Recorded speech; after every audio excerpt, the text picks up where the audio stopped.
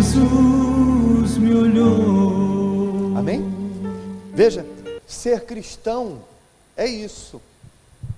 Ser cristão não é só acreditar em Jesus.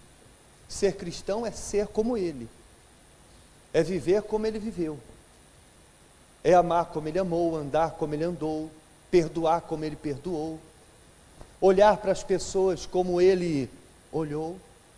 Porque se eu digo que sou cristão, mas não ajo como Ele agiu, uma coisa não faz sentido com outra. Você concorda, sim ou não? Então, ser cristão é isso. É mais do que uma religião, uma filosofia de vida, ou o que quer que você venha dar nome. Ser cristão é ter a atitude que Jesus teve. É agir como Ele agiu. É você viver a vida aqui neste mundo como Jesus viveu aqui neste mundo. Para isso Ele desceu até aqui, se fez homem, colocando na mesma condição que cada um de nós, para mostrar passo a passo o que é, ou qual é a vontade dEle para nossas vidas. Amém? E você pode ter certeza que você vai ser muito feliz, muito mais feliz, sendo como Ele, do que sendo diferente dEle. Não tenha dúvida. Você vai ter muito mais paz, você vai ser muito mais feliz, procurando ser cada vez mais próximo do que Ele foi, do que se continuar sendo distante, diferente do que Ele foi. Percebe sim ou não? Então, nessa mensagem que nós vamos ler hoje, já que hoje o fruto do Espírito Santo é a bondade, veja o que aconteceu aí no versículo 25 em diante.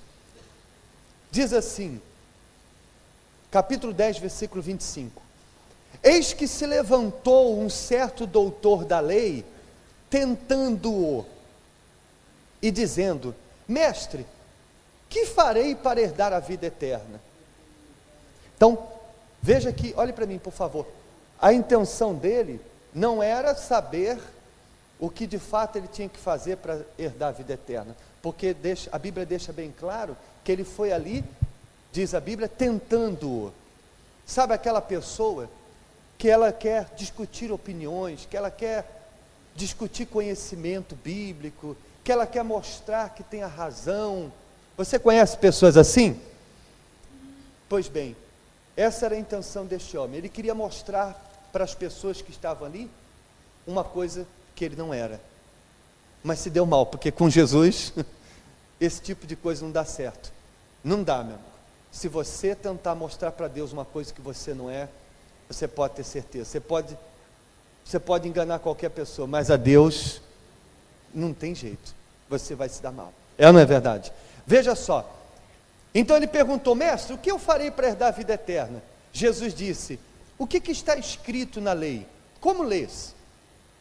Então respondeu ele e disse: amarás ao Senhor teu Deus de todo o teu coração, de toda a tua alma, e de todas as tuas forças e de todo o teu entendimento, e ao teu próximo como a ti mesmo.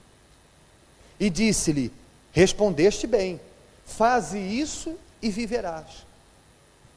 Ele, porém, querendo justificar-se a si mesmo, disse a Jesus: quem é o meu próximo? Então, quando ele questionou: o que eu farei? Quando ele questionou Jesus: Senhor, o que eu faço para ter a vida eterna? Jesus disse: olha, você conhece, você sabe o que está escrito. O que é que está escrito? E ele respondeu: amarás o Senhor teu Deus de todo o teu coração, de toda a tua alma e de todo o teu entendimento. E qual é o outro grande mandamento? E amarás o teu próximo como a ti mesmo. Jesus disse: é isso e pronto, acabou. Você quer ser salvo? Não basta só amar a Deus sobre todas as coisas, é preciso também o quê? Esses são os dois grandes mandamentos.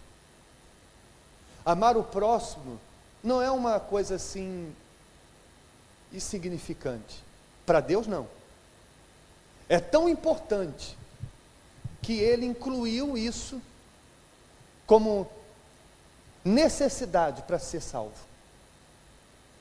Isso é tão importante, Ele quer tanto encontrar isso em nós, que Ele poderia simplesmente dizer assim: olha, para ser salvo, basta amar a Deus sobre todas as coisas, com toda a tua alma e todo entendimento. Acabou.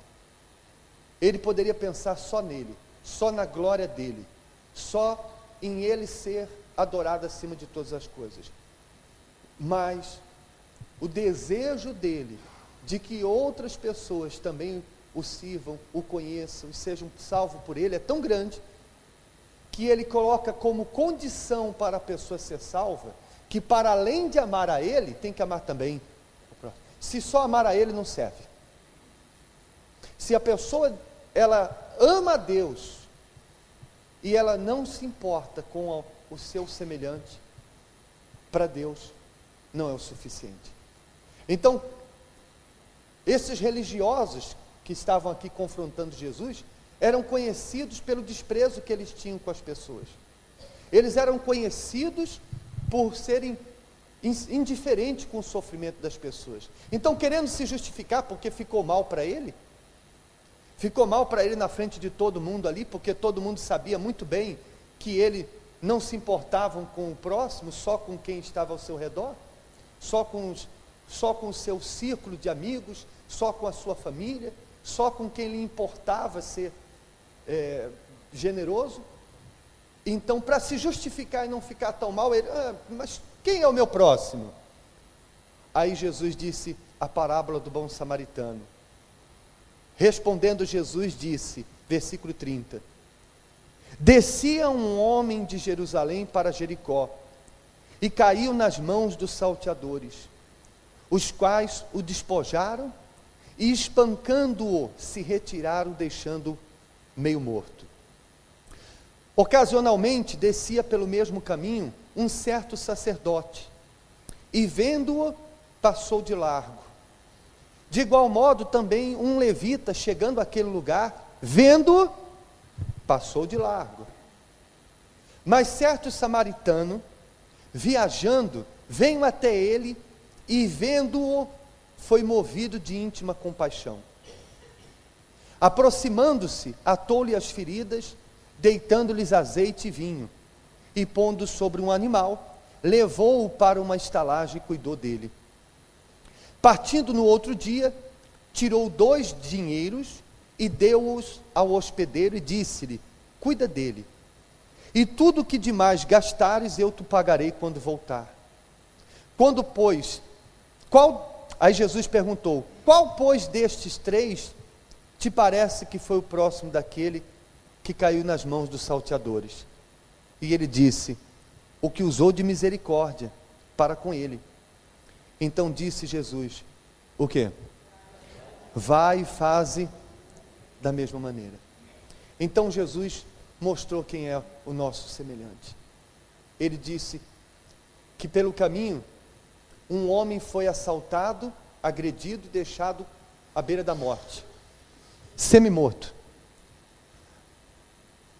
Ali à beira da morte, naquele mesmo caminho, veio um sacerdote que por acaso estava passando por ali, viu aquele homem semi-morto, e diz a Bíblia que ele se fez o quê?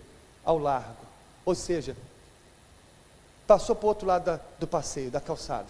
Imagine, ele viu aquele homem e de repente pensou consigo mesmo, não tenho nada a ver com isso, não é problema meu, e passou. Veio depois um levita, que também, a exemplo do sacerdote, eram pessoas que se esperavam atos de misericórdia, afinal estava ali um sacerdote, um servo de Deus, um levita, um homem de Deus. Se esperava, com certeza deles, uma atitude de compaixão, uma atitude de misericórdia, afinal, estava ali uma pessoa, uma alma, estava ali uma vida.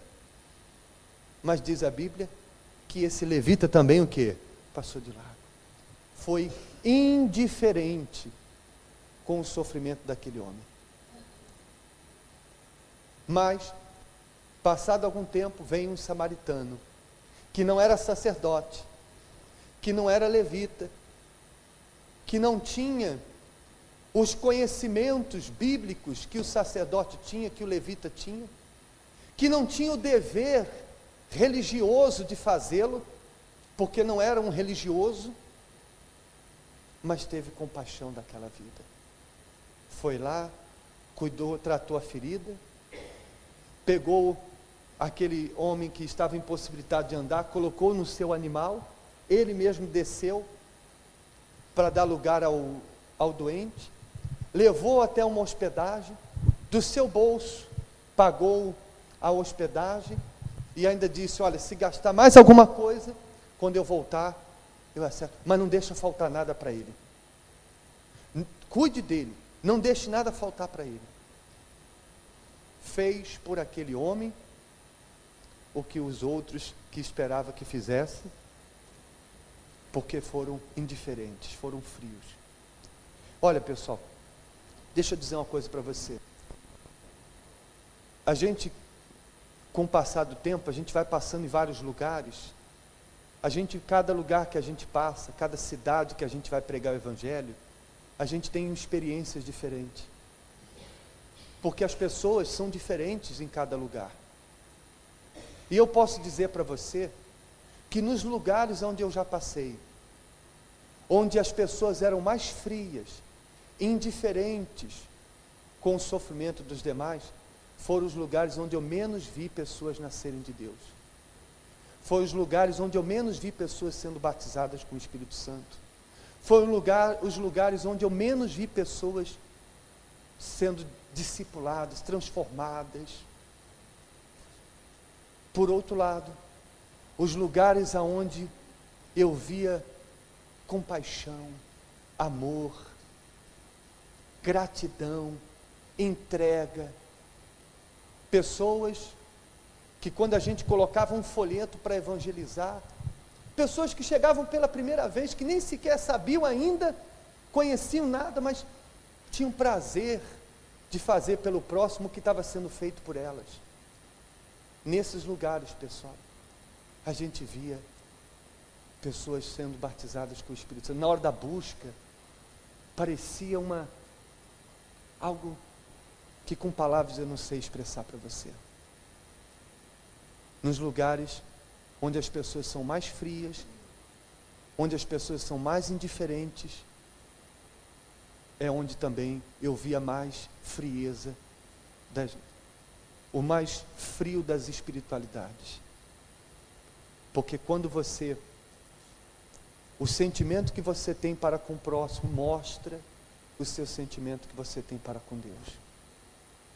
Da mesma maneira com que a pessoa é fria com o seu próximo, ela também é fria com Deus. Porque quando a pessoa está bem com Deus, ela pensa como Deus.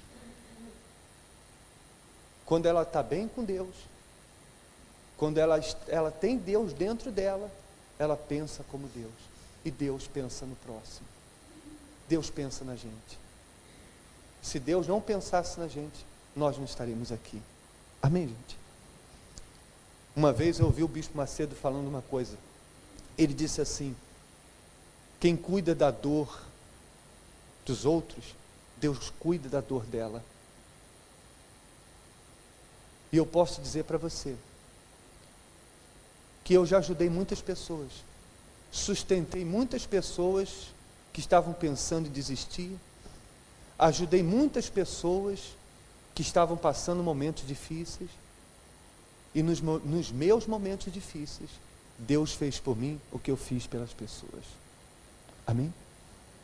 Porque Deus cuida daqueles que cuidam do seu semelhante. Entende isso ou não? Então, Deus está mostrando o que é bondade. Bondade não é só você ajudar a família, os amigos, é ajudar qualquer um. Indiferente de qual seja a religião dela, indiferente de qual seja a cor, a nacionalidade dela, indiferente da classe social, é você querer fazer porque está dentro de você. Está dentro de você esse desejo de ganhar almas, esse desejo de ajudar as pessoas, esse desejo de ver as pessoas encontrar a felicidade que você encontrou. Percebe, sim ou não? Vamos olhar para as pessoas no passado. Eu estava pensando nos cristãos do passado. Aí eu me lembrei do endemoniado gadareno. Lembra daquele endemoniado que diz a Bíblia que vivia nos sepulcros, amarravam ele com correntes, ele quebrava as correntes, feria-se com pedras. Lembra dele? Quando ele se libertou, Jesus disse assim para ele, olha só, quando ele se libertou, depois você lê na sua casa, Jesus disse assim para ele, torna para a tua casa e conta quão grandes coisas Deus te fez. E ele foi apregoando por toda a cidade quão grandes coisas Jesus lhe tinha feito. Aquela cidade que tentou, que viu ele acorrentado, aquela cidade que via ele, imagina o povo da cidade, todo mundo conhecia ele, porque ele vivia no cemitério, ele vivia nu, está escrito que ele andava nu no cemitério, se ferindo com corrente. Imagine ele agora contando para todo mundo o que Jesus fez por ele. Olha, lembram de mim que eu andava pelado por aí, amarrado com correntes, me ferindo com pedras? Olha o que Jesus fez por mim, olha o que Jesus fez por mim. Tem gente que a gente pede para dar um testemunho, ela diz, não pastor, por favor, eu tenho vergonha. Eu liguei para uma pessoa uma vez, tarde da noite, porque o bispo pediu um testemunho em cima da hora, a pessoa falou assim, pastor, isso é hora de ligar para mim por causa de testemunho? Olha como eram os cristãos do passado. E olha como muitos têm sido hoje. Lembra daquela mulher samaritana? Aquela que já tinha casado 5 vezes e que estava num 6º relacionamento destruído? Lembra dela? Olha só o que aconteceu quando ela conheceu Jesus. Muitos dos samaritanos daquela cidade creram nele, em Deus, pela palavra da mulher que testificou acerca dele. Indo, pois, ter com Jesus, os samaritanos rogaram que ficasse com ele. E muitos creram nele por causa da sua palavra. Ela saiu evangelizando o quê? Toda gente. Falava de Jesus para todo mundo. Tem gente aqui que os seus vizinhos até hoje não sabem que ela é da igreja. Porque ela tem vergonha de dizer que está vindo na igreja, que aceitou Jesus. É por isso que quando a gente oferece um convite ou faz um movimento para a pessoa convidar alguém, tem gente que da mesma maneira com que os religiosos fizeram ao largo com aquele homem semi-morto, tem gente que quando o obreiro passa com um folheto na mão, ela faz ao largo, ela finge que não está vendo o obreiro passar ali. Uma indiferença, uma frieza. E essa frieza reflete na hora da busca. Essa frieza reflete na hora que ela diz, vem Espírito Santo sobre mim. Porque o Espírito Santo olha para ela e diz o seguinte, eu vou fazer o que dentro dela? O que eu vou fazer dentro dele? Para que ela me quer? Eu estou exagerando, pessoal? Está escrito lá, o apóstolo Paulo fala, que o Espírito Santo vem com um fim proveitoso. Ou seja, o Espírito Santo vem para um objetivo proveitoso. Então ele olha para a pessoa e diz, que proveito eu vou ter estando dentro dela, se ela tem vergonha de mim, se ela tem vergonha de falar de mim, se ela não me assume diante dos homens. Percebe sim ou não? Então é isso que é bondade. Não existe bondade maior do que você levar uma pessoa a conhecer Jesus.